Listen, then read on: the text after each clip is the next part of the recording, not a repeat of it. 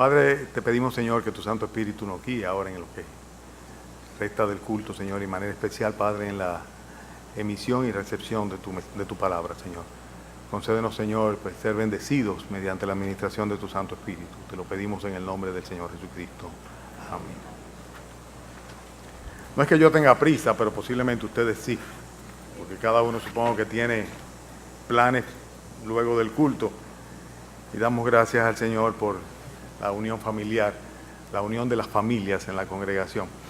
Esta semana vamos a buscar el texto que está en Lucas capítulo 20, al final del capítulo ya, y vamos a ver que se trata de una serie de declaraciones, precisiones y advertencias que el Señor hace. Recuérdense que estamos hablando de la última semana del Señor Jesucristo en Jerusalén antes de su muerte de cruz.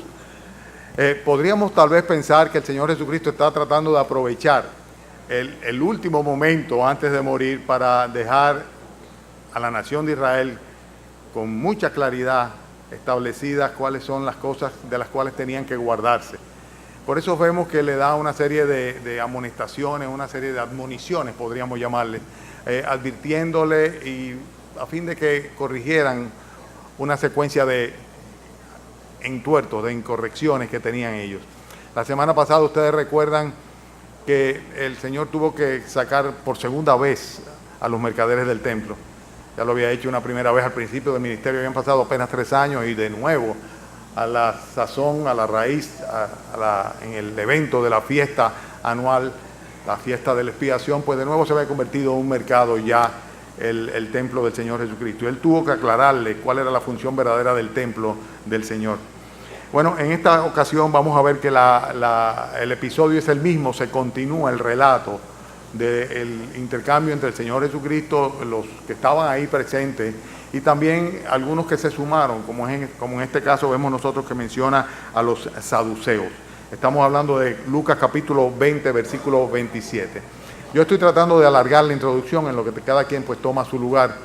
Los que están afuera, Carlito, pídele que por favor ya vengan y se sienten, para que de esa manera podamos sin interrupciones continuar. Lucas capítulo 20, versículo 27. Dice aquí la palabra del Señor, Lucas 20, 27.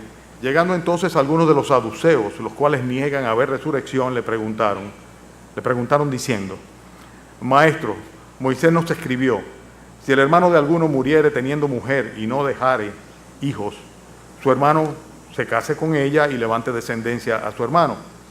Hubo pues 7 hermanos, y el primero tomó esposa y murió sin hijos.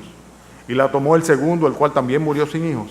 La tomó el tercero, y así todos los 7 y murieron sin dejar descendencia. Finalmente murió también la mujer. En la resurrección, pues, ¿de cuál de ellos será mujer? Ya que los 7 la tuvieron por mujer.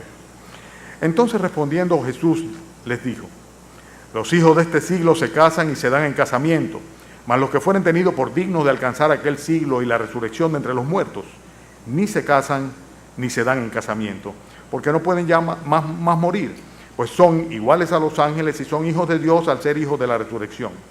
Pero en cuanto a que los muertos han de resucitar, aún Moisés lo enseñó en el pasaje de la zarza, cuando llama al Señor Dios de Abraham, Dios de Isaac y Dios de Jacob, porque Dios no es Dios de muertos, sino de vivos, pues para Él todos viven. Respondiendo algunos de los escribas dijeron: Maestro, bien has dicho, y no osaron preguntarle más. Entonces él les dijo: ¿cómo dicen que el Cristo es el hijo de David? Pues el mismo David dice en el libro de Salmos, dijo el Señor a mi Señor: siéntate a mi diestra hasta que ponga a tus enemigos por estrado de tus pies. David pues le llama Señor, ¿cómo entonces es su hijo? Y oyéndole todo el pueblo, dijo a sus discípulos: guardaos de los escribas que aman las salutaciones en las plazas y las primeras sillas en las sinagogas y los primeros asientos en las cenas, y que devoran las casas de las viudas y por pretextos hacen largas oraciones. Estos recibirán mayor condenación. Los saduceos aparecen durante el periodo intertestamentario, o sea, en los 300 años que hay entre el final del Antiguo Testamento, los 300 años de silencio en el cual el Señor no envió ningún profeta, aparece este grupo sectario completamente que pertenecía a una élite social alta entre los judíos. Ellos se identifican mucho con los herodianos, los cuales son, por así decirlo, un partido político que tenía como cabeza al rey Herodes, y formaban parte de la clase sacerdotal también, consecuentemente eran personas muy influyentes. Los saduceos por lo general eran los que ejercían el sacerdocio. Eran personas muy aristocráticas, personas que eran ricas, como yo decía hace un momentito, y además de todo esto tenían siempre una presencia y una imposición sobre lo que era la vida cotidiana y las normas que regían a la nación de Israel. Por eso se llevaban bien también con Herodes. Eran, además de esto, personas muy materialistas, personas tan materialistas que ellos prácticamente negaban la realidad del cielo. Para ellos el cielo no existía, las cosas estaban aquí, ahora, como mucha gente hoy día, que su vida es esta, la que hay ahora, y esta es la que hay que disfrutar y la que hay que gozar, y la que Dios quiere, como dicen, adjudicándole a Dios cosas que nunca ha dicho Él, que tú lo que seas era feliz, porque Dios te crió para ser feliz. Yo no sé de dónde sacan eso, pero en fin, este no es el caso de los saduceos específicamente, pero sí negaban una serie de verdades espirituales partiendo simplemente de lo que ellos habían determinado aceptar o no de la revelación divina. Entre ellas, las cosas que negaban era el hecho de que hubiese resurrección. Ellos no creían en los ángeles, ellos no creían en ningún tipo de manifestación espiritual y consecuentemente pensaban que como que todo estaba aquí, cuando una persona moría, pues se acabó todo. Esa era la situación de aquellos que estaban interpelando al Señor Jesucristo. Eran las creencias que tenían y con la intención precisamente de tratar de plantearle al Señor Jesucristo situaciones en las cuales Él pudiese decir algo con la cual se autoincriminara, pues ya con un prejuicio ellos van y le hacen la pregunta al Señor Jesucristo en cuanto a este caso que presentan de una persona que no sabían ellos, según dicen, de quién sería luego que fuesen resucitados, o sea, de quién sería esposo o esposa. Lo que yo veo aquí en este pasaje, como titulé el mensaje, que más que un mensaje es un estudio bíblico, es que el Señor está tratando de puntualizar una serie de cosas y para esto hace aclaraciones, pero no se queden en las aclaraciones, sino que también luego que aclara hace precisiones y luego que precisa hace advertencias y advertencias que son muy solemnes, como la manera como nosotros vemos que termina en el versículo 47 cuando dice estos recibirán mayor condenación, y es una advertencia junto con las recomendaciones y con las aclaraciones que el Señor hace. Vamos a tratar de analizarlas, es un listado de ellos. Yo voy a tratar de ser muy breve porque yo sé que hoy la brevedad va a ser apreciada. La primera cosa que nosotros vemos es la actitud hipócrita de estos que se acercan al Señor Jesucristo, pero prejuiciados. Y así hay muchas personas, se acercan a la palabra de Dios, van a un estudio bíblico o abren la Biblia, pero siempre y cuando la Biblia esté de acuerdo con lo que ellos piensan, les gustó el estudio bíblico, les gustó la predicación o les gustó lo que la Biblia dice.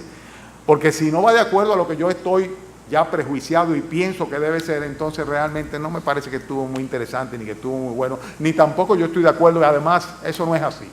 Y es el caso de estas personas. Ellos llegan allá y sabiendo que previamente que tienen una actitud frente al tema de la resurrección y entonces plantean una pregunta al Señor Jesucristo cuando ya ellos de antemano tienen una posición fija. Y si esa es la situación de alguno de los que está aquí, pues esta es una tontería. Es una tontería ir donde el Señor a preguntarle al Señor para entonces nosotros corregir al Señor o decirle al Señor cuál es la verdad, cuando solamente de Él podemos recibir y nada podemos nosotros darle. En consecuencia, lo que estaban pretendiendo era desacreditar al Señor Jesucristo, desacreditarlo como teólogo, o sea, confrontándolo con la ley del levirato para que entonces ellos así pudiesen en cierta manera poner en polémica lo que Moisés estableció, olvidando ellos que venía de la misma procedencia de Dios, con lo que el Señor Jesucristo podía eventualmente decir en cuanto a la resurrección o en cuanto a la ley del levirato. Eso es algo que realmente era una situación de hipocresía. Estaban partiendo de una preconcepción religiosa y era una preconcepción religiosa completamente equivocada. Este tipo de dilema se presenta muchas veces a las personas que son recién convertidas. Cuando una persona se entrega al Señor Jesucristo de todo corazón, va a comenzar a descubrir que muchos de los que han sido sus creencias y prácticas religiosas son falsas, son erradas, no son así, simplemente van en contra a las enseñanzas bíblicas. Y lo correcto es con plena sinceridad, pues despojarse del viejo hombre, de la antigua mentalidad, de la antigua formación, de las preconcepciones, de aquellas cosas heredadas o enseñadas o aprendidas, para sencillamente venir como en un papel en blanco para que el Señor escriba sobre nosotros su perfecta voluntad. Y entonces Él nos dirija, Él nos enseña y Él nos instruya a fin de que seamos sabios en cuanto a Él. La primera cosa que vemos nosotros es esto, una hipocresía tremenda al preguntar, partiendo de un prejuicio o una predisposición hacia aquello mismo de lo cual nosotros estamos cuestionando, en este caso cuestionando a Dios o acercándonos para recibir el concepto, la palabra, el mensaje de Dios. La segunda cosa que veo en el versículo 28 acá es cómo se tergiversa completamente la enseñanza bíblica cuando se saca de su contexto. Ustedes saben que cada cosa de la que está escrita en la palabra de Dios tiene un contexto, y el contexto es muy importante. Y cuando hablo del contexto no estoy hablando de los versículos anteriores y los versículos posteriores. Ese es el concepto escritural, o sea, el contexto textual, ¿verdad? Por así decirlo. Pero estoy hablando de un contexto histórico, de un contexto social y de un contexto que muchas veces también es espiritual. O sea, en términos espirituales, ¿de qué está hablando el Señor? ¿Verdad? Por ejemplo, una ilustración de eso puede ser de lo que estaba hablando el Señor a los Corintios cuando le decía, si yo hablase lenguas humanas y angélicas, ¿verdad? Entonces alguna gente dice, mira, eso significa que podemos hablar lenguas angélicas. Eso no es lo que dice. No está hablando de eso en ninguna manera, es sacarlo del contexto espiritual en el cual se está instruyendo la enseñanza. Pero nosotros vemos acá en este caso particular, que está hablando de algo que ciertamente Moisés había establecido, guiado por el Señor, que era la ley del levirato. La ley del levirato, todo lo que pretendía era que una familia o una persona no perdiera por falta de descendencia la herencia que le correspondía dentro de lo que era el pueblo de Dios. Entonces, si un hermano... Si tú morías y tú no habías podido tener hijos, pues el hermano tenía una responsabilidad en ese contexto histórico, en ese contexto cultural, en ese momento, en esa época, tenía la responsabilidad de casarse con aquella viuda y tratar de levantar una descendencia. Ese hijo que naciera venía a ser descendiente del hermano que murió y le corresponderían todos los derechos legales, todo el patrimonio. Era una legislación específica para un momento específico, para una cultura específica. Entonces, nosotros lo que vemos acá es que si tratamos de sacar esa enseñanza y aplicarla, por ejemplo, a nuestros días, tendríamos realmente que violentar completamente los principios de la palabra de Dios y la voluntad de Dios. Eso se llamaría hoy día pura y simplemente adulterio, ¿verdad? Adulterio y fornicación. Si una persona se casa con una mujer, aún sea viuda, si esa persona es casada, por ejemplo, y suponte tú que fuese el caso inverso. O sea, en uno u otro caso no podemos aplicarlo, no podemos de ninguna manera traerlo y aplicarlo fuera de su contexto. Y eso era lo que estaban haciendo esos allá. Ellos decían, Moisés no se escribió si alguno muriera teniendo mujer y no dejare hijos. Dice que su hermano se case con ella y le levante descendencia a su hermano. Sí, todo eso estaba muy bien. Pero dentro de lo que estaban ellos planteando como una posibilidad, realmente no cabía. Sobre todo si querían hacer una referencia a lo que vendría a ser el futuro eterno de esa persona en el reino de los cielos. La tercera cosa que yo veo acá tiene que ver cómo el Señor advierte a ellos y corrige la manera como ellos distorsionan las enseñanzas bíblicas cuando utilizan hipérboles o cuando se exagera en forma hipotética. Y esto es algo que también tenemos que tener mucho cuidado con esto. Yo he oído a predicadores que espiritualizan las escrituras, exageran enfatizando asuntos que realmente están fuera de contexto, fuera de verdad, fuera absolutamente de lo que la Escritura dice, y en consecuencia lo que hacen es distorsionar la enseñanza.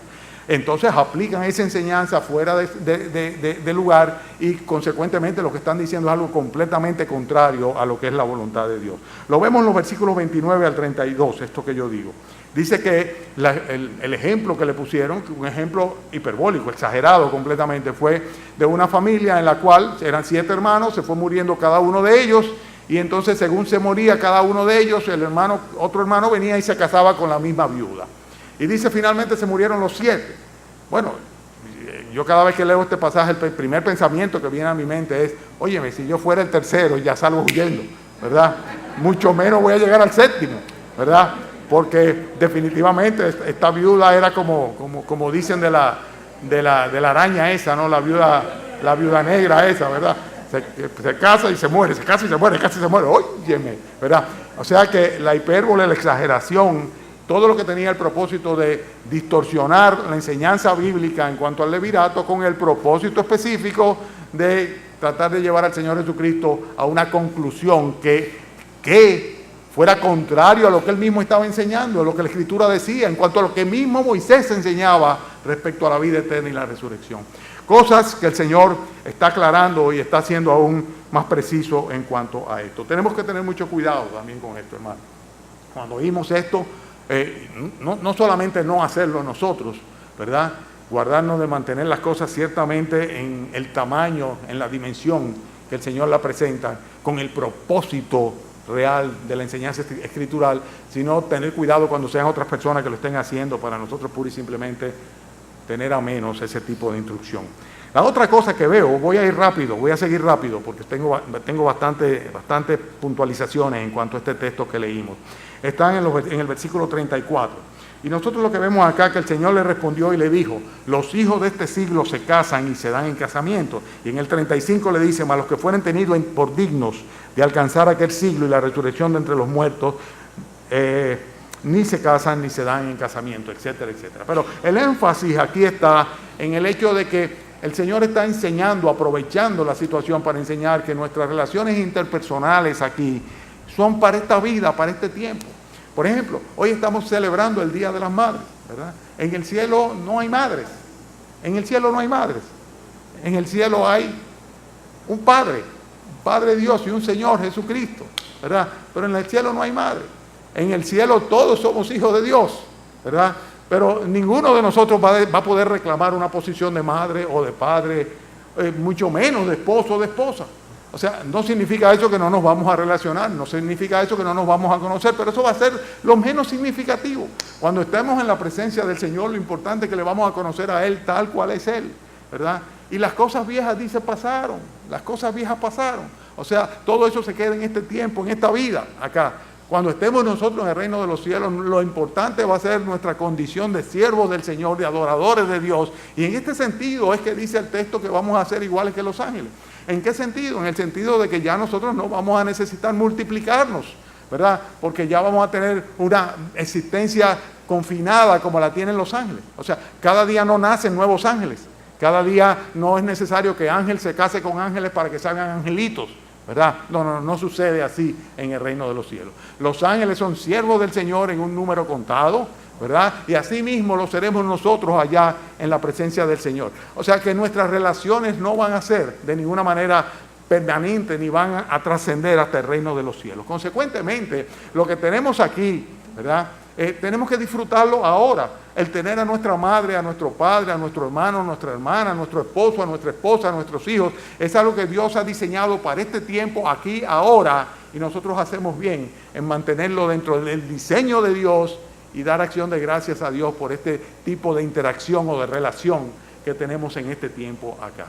Gracias al Señor porque nos permite relacionarnos conforme a nuestras necesidades actuales y que allá, conforme a lo que va a ser nuestra realidad entonces, Él va a ser suficiente. Él va a ser, como dice la Escritura, el todo en todos. Y no vamos a necesitar absolutamente de ningún otro tipo de prioridad que no sea la de adorar a nuestro Señor. Estamos hablando de aclaraciones, de precisiones y advertencias. El Señor le está haciendo en la última semana, el tercer día de la semana ya, cuando se va acercando el momento en el cual va a ser tomado preso para ser entregado, para ser muerto en cruz, para redimirnos de nuestras culpas, para sustituirnos, para hacer un sacrificio expiatorio por el pecado tuyo y el pecado mío. Pero el Señor todavía hasta el último momento está dando enseñanzas. La quinta enseñanza que yo tengo aquí mencionada tiene que ver con lo que Dios dice en el versículo 35. Yo quiero que ustedes presten mucha atención. Podría ser solamente esto en todo el mensaje, o la parte más importante, sin lugar a dudas. Toda la palabra de Dios es importante, pero cuando aparecen versículos así hay que hacer como una especie de hincapié, una especie de pausa, de énfasis, ¿verdad? Hay que subir la voz y hay que gritarlo grandemente, porque dice aquí: mas lo que fueren tenidos por dignos de alcanzar aquel siglo y la resurrección de entre los muertos. Lo que está el Señor diciendo pura y simplemente es que no todo el mundo es considerado por Él digno del reino de los cielos. Y esto sí debe preocuparnos a nosotros. Esto sí debe preocuparnos a cada uno de nosotros. Si el Señor nos considera o no digno, porque a la larga depende de Él, depende de su convicción, depende de lo que Él quiera, depende de lo que Él decida. Él es que determina quién es digno y quién no es digno del reino de los cielos. Por eso aquí aclara ciertamente que hay algunos dignos que van a ser tenidos por dignos y sin embargo hay otros que no lo van a hacer. No se confundan cuando habla de alcanzar aquel siglo. La palabra siglo se traduce como edad o tiempo. Aquel tiempo, alcanzar aquel tiempo, aquella edad, aquel siglo, es la misma idea si se traduce indistintamente del griego al castellano. El hecho es que ciertamente está hablando del reino de los cielos. O sea, y Dios es quien determina, y la dignidad de aquel que va a estar en el reino de los cielos está completamente definida por lo que esa persona haya hecho con su Hijo, nuestro Señor Jesucristo. Dice Cristo, el que tiene al Hijo tiene la vida. El que no tiene al Hijo no tiene la vida. Y no podrá ser parte del reino de los cielos si no tiene a Jesucristo como Dios, como Señor, si no es parte de su corazón, si no lo ha aceptado como su Redentor. La otra cosa que quiero enfatizar está en el mismo versículo 25. Ya lo dije, pero aquí lo señala el Señor. Cuando dice que en el cielo no va a haber matrimonios, ni se casan ni se dan en casamiento. Pero también el versículo 36 enfatiza el hecho de que en el cielo hay otra cosa que no va a haber. ¿Qué es? A ver lo que están siguiendo. Muerte, no va a haber muerte. No va a haber muerte. El apóstol Pablo se atrevía a retar a la muerte aquí en este tiempo porque diciendo, ¿dónde está, oh muerte, tu aguijón? ¿Dónde está, oh sepulcro, tu garganta? Y es sencillamente que él sabía que había sido redimido de la muerte y las consecuencias de la muerte. Yo no sé si ese es tu caso. Sí, es el mío, yo lo sé. Yo sé que es mi caso. No por mí, sino por la misericordia de Dios, por haber confiado en Jesucristo.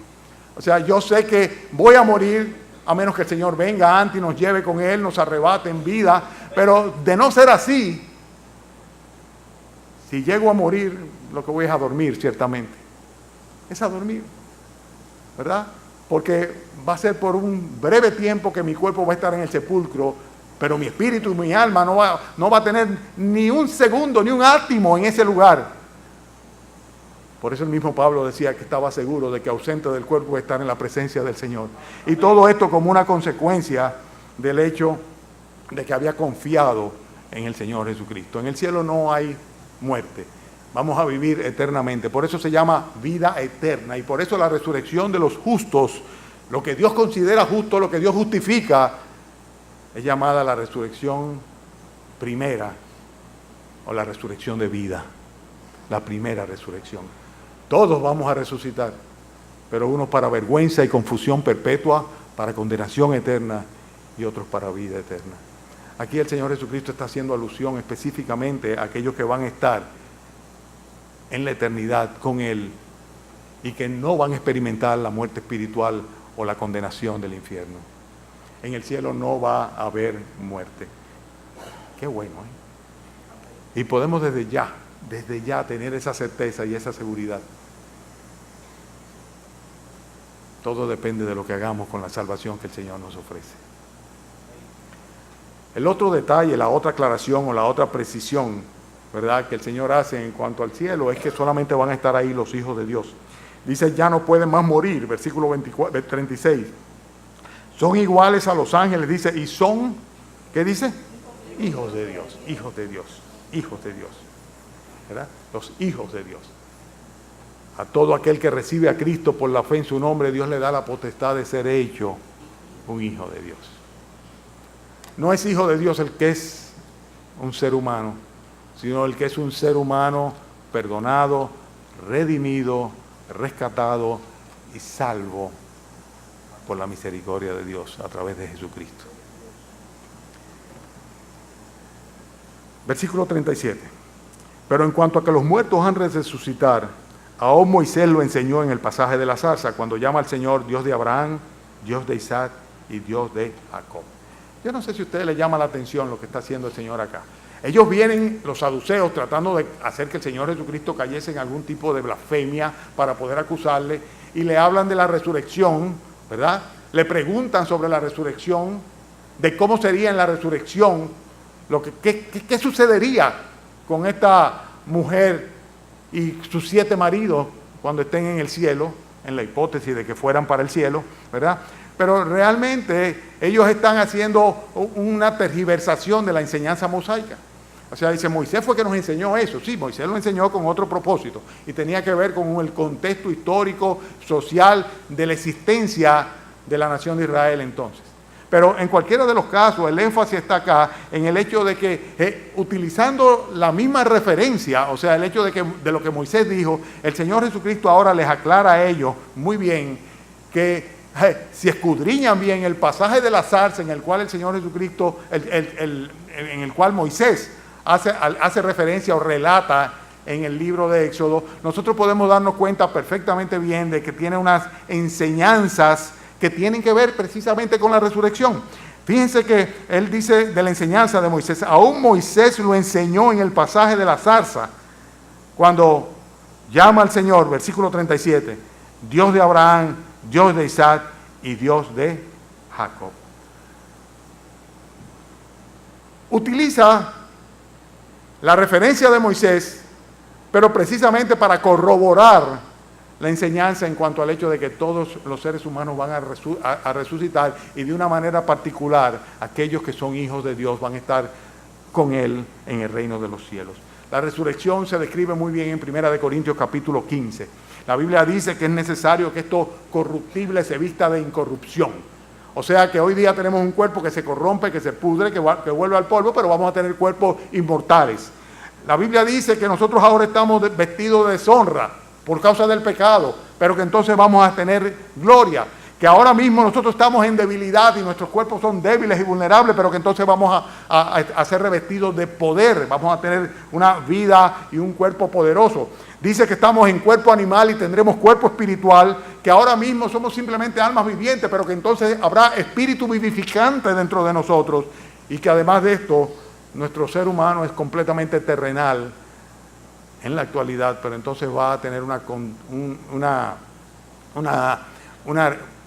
transformación para ser constituido, una constitución completamente celestial. O sea que lo corruptible en incorrupción, la deshonra en gloria, la debilidad en poder, el cuerpo animal en cuerpo espiritual, almas vivientes convertidas en espíritu vivificante, y aquello terrenal se va a convertir en algo completamente celestial. Eso es lo que nos espera. Y dice él, Moisés habló de eso. Cuando dijo Moisés que él era el Dios de Abraham, que era el Dios de Abraham, el Dios de Isaac y el Dios de Jacob, que le había aparecido, estaba hablando de ellos como personas que estaban vivas, porque ciertamente están vivas, no habían muerto. ¿Y por qué están vivas? Porque fueron resucitados. Y es simplemente la manera de profundizar en las Escrituras. El estudio de las Escrituras revela mucho mayor luz en la medida que profundizamos en ellas. ¿Y saben por qué algunos se quedan simplemente con los rudimentos de la doctrina y no avanzan nunca? Porque sencillamente no dedican tiempo a profundizar en las Escrituras. No lo dedican. Pero en la medida que vamos escudriñando y vamos hurgando dentro de ellas, pues nos vamos a dar cuenta de que hay tanto que el Señor nos revela, que podremos pasarnos la vida entera y todavía llegaremos allá y tendremos algunas preguntas. Pero muchas de ellas van a ser simplemente resueltas y contestadas con profundizar en la verdad que ya está escrita. No hay que buscar en otro sitio, ni hay que buscar mucho más allá, ni hay que buscarle las 7 patas al gato. Otra de las aclaraciones o precisiones que el Señor hace acá es el hecho de que la muerte para los hijos de Dios no es el fin de la vida, y lo vemos muy claro. La muerte es sinónimo de extinción, y eso no es lo que sucede con el creyente. La Biblia enseña, y lo veíamos en la escuela dominical, que el Señor mismo, con voz de mando, con voz de arcángel y con trompeta de Dios, descenderá del cielo. Los muertos en Cristo resucitarán primero, y luego nosotros, los que hayamos quedado, seremos arrebatados juntamente con ellos en las nubes para recibir al Señor en el aire, y así estaremos siempre con el Señor. Sé que voy muy rápido, pero el énfasis está en que los muertos en Cristo resucitarán. Entonces la resurrección es la gran esperanza que tenemos. Cuando nos entristecemos porque alguien fallece, alguien cercano que queremos, pues el aliento debe ser, por lo cual no debemos entristecernos, el hecho de que si está en Cristo, va a ser levantado para estar en el cielo juntamente con nosotros, y allá le veremos juntamente con el Señor. Jesucristo dijo, yo soy la resurrección y la vida. El que cree en mí, aunque esté muerto, ¿qué dice? Vivirá. Y todo aquel que vive, que está vivo como tú, como yo, y cree en mí, no morirá para siempre. ¿Lo creemos? Amén. ¿Lo creemos? Amén. Amén. Amén. También el Señor Jesucristo dijo, de cierto os digo, el que oye mi palabra y cree al que me envió, o sea, le cree a Dios, dice, tiene vida eterna, no vendrá a condenación, mas ha pasado de la muerte a la vida. Y eso está hablando del tiempo presente, o sea, aquí, ahora, ya. Y también el Señor Jesucristo dijo que había venido para que tuviésemos vida y vida en abundancia, ¿verdad? El Señor es el autor de la vida y el dador de la vida. Y es el que nos puede vivificar. Y a nosotros que estamos muertos en nuestros delitos, en nuestros pecados, en nuestras transgresiones, Él nos puede limpiar de toda maldad y darnos vida, y vida abundante, y vida permanente, y vida eterna. ¿Es tu caso ese? ¿Es tu caso ese? Dios no es Dios de muertos, dice el texto acá, versículo 38. Dios no es Dios de muertos, sino de vivos, de vivos, de vivos. Dos cosas más y termino, hermano. Estamos hablando de aclaraciones, precisiones y advertencias. Versículo 41. Fíjense cómo el Señor Jesucristo, luego de ser cuestionado, entonces ahora Él devuelve, y es Él quien cuestiona, ¿verdad? Puso las cosas en su sitio, las aclaró, le citaron a Moisés, pues vamos a citar a Moisés, y vamos a ver cómo Moisés lo que hace es confirmar ciertamente la promesa de la resurrección. Les aclaras cada una de las cosas a la totalidad de los que estaban ahí, que habían planteado en forma de duda aquellos religiosos, saduceos, comerciantes, vagamundos. Y ahora entonces el Señor les devuelve una pregunta y les dice, ¿cómo dicen que el Cristo es el hijo de David? Versículo 41. Pues el mismo David dice en el libro de Salmos, dijo el Señor a mi Señor, siéntate a mi diestra hasta que ponga a tus enemigos por estrado de tus pies. David pues le llama Señor, ¿cómo es pues su hijo?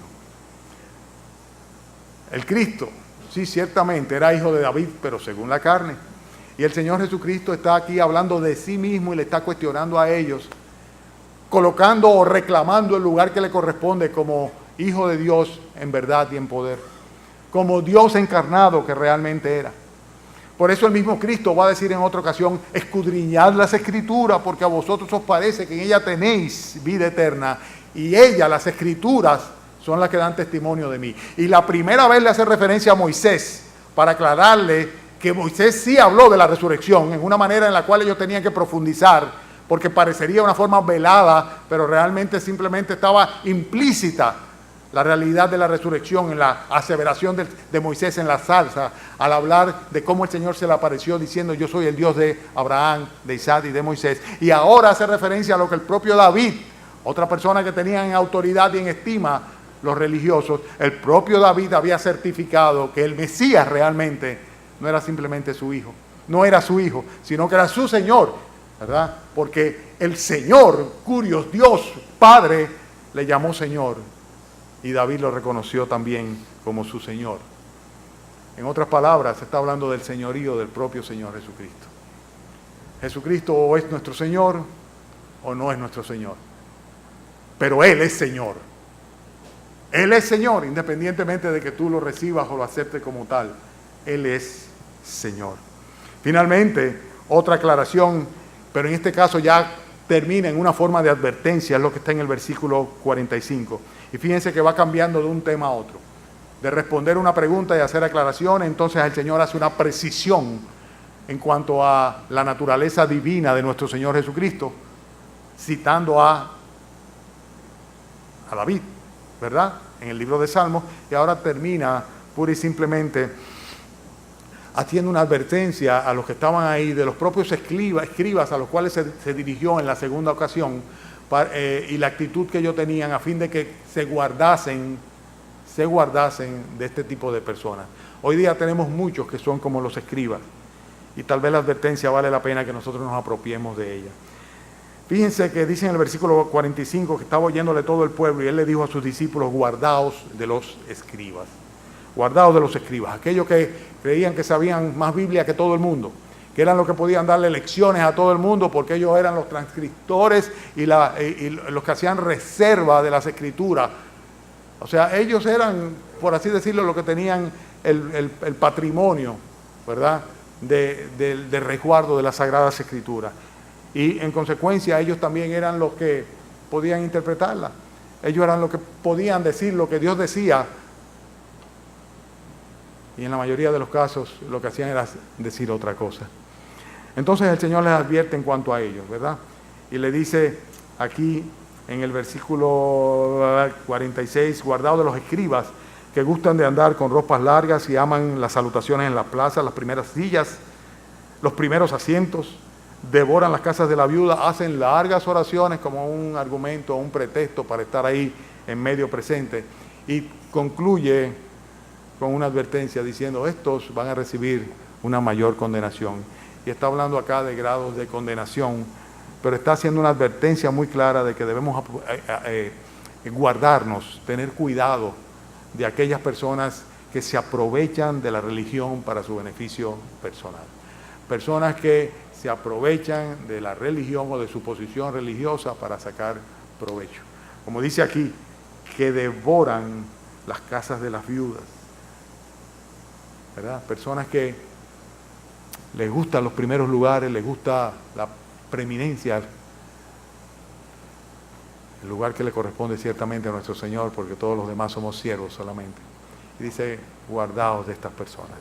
Vemos entonces que el Señor da de una manera muy clara una serie de aclaraciones como consecuencia de una pregunta que le hacen, una pregunta capciosa, malintencionada, con una predisposición, con el propósito de hacerle caer en pecado o blasfemia, pero es lo que hace que simplemente aclara.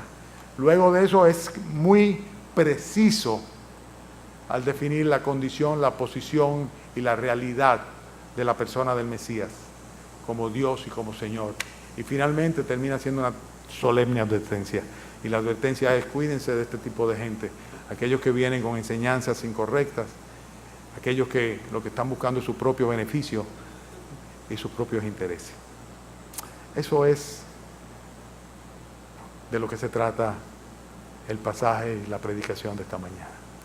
Que el Señor les bendiga, hermanos, y la utilice para que nosotros nos seamos aclarados, precisos y advertidos. Oremos. Padre, gracias, Señor, por este pasaje. Y gracias, Señor, porque si tú tuviste cuidado de hacer estas aclaraciones, estas precisiones y estas advertencias, ya en las últimas horas de tu existencia en la tierra, es porque eran importantes, Señor. Y yo sé que lo son, Señor. Te rogamos, Padre, que si hay alguno acá que no te tiene como Dios, si alguno no tiene a Jesucristo como su Señor, si alguno no tiene la certeza de que va a estar en gloria contigo, de que va a vivir eternamente, si alguno tú todavía no has considerado digno o digna del reino de los cielos, te rogamos, Señor, que reconsideres la condición, Señor, de esa persona, que tú perdones sus pecados, que pongas el anhelo de salvación y que clamando a ti, Señor, en esta mañana, pidiéndote perdón de todo corazón, tú vengas a su vida, a su corazón, que tú le perdones y le salves, Señor. Solo tú conoces, Señor, si estamos listos o no, si somos o no dignos del reino de los cielos. Solo tú sabes, Señor, de quién tú verdaderamente eres Dios. Y quiénes tienen a Jesucristo como Señor.